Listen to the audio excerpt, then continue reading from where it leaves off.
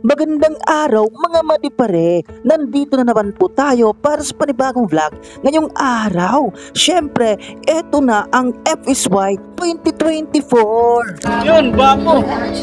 Hi. Yun, good.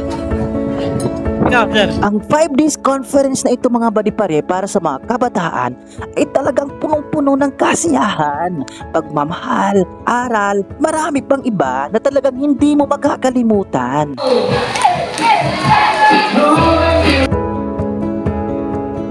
Ang FSY mga madipare na ang ibig sabihin ay for the strength of youth, in Tagalog, pagpapalakas sa mga kabataan. In wari-waray, ikaw lang akong kusog ate, ate ba? Ani mo ate? Yes!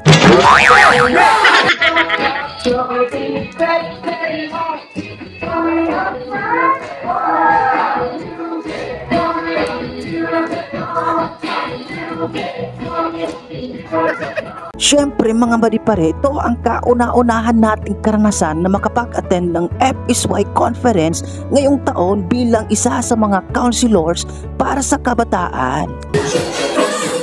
Good.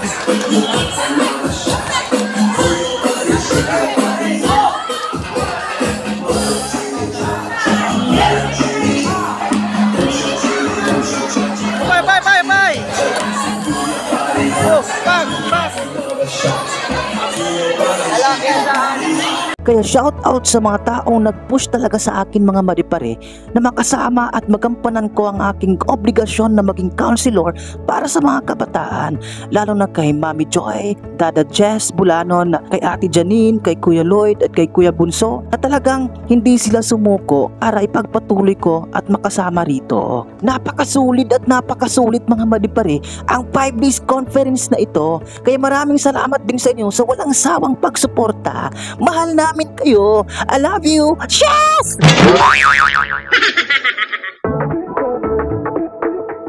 At syempre mga madipare, hindi mawawala ang pagpapakitang gilas ng kanilang mga talento sa kanilang variety show.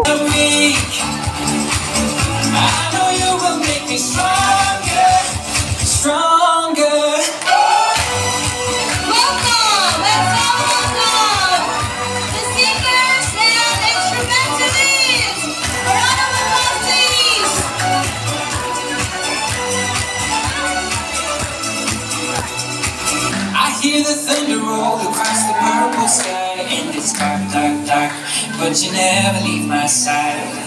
I feel your guiding light, fill my soul with peace, and I know, you're my shelter, my relief.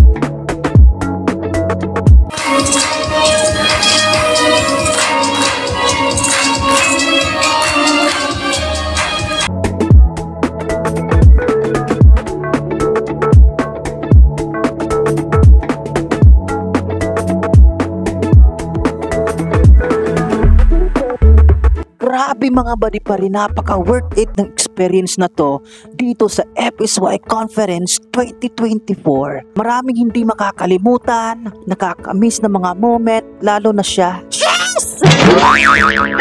Tapos na ang 5 days conference, hindi mo na siya makikita.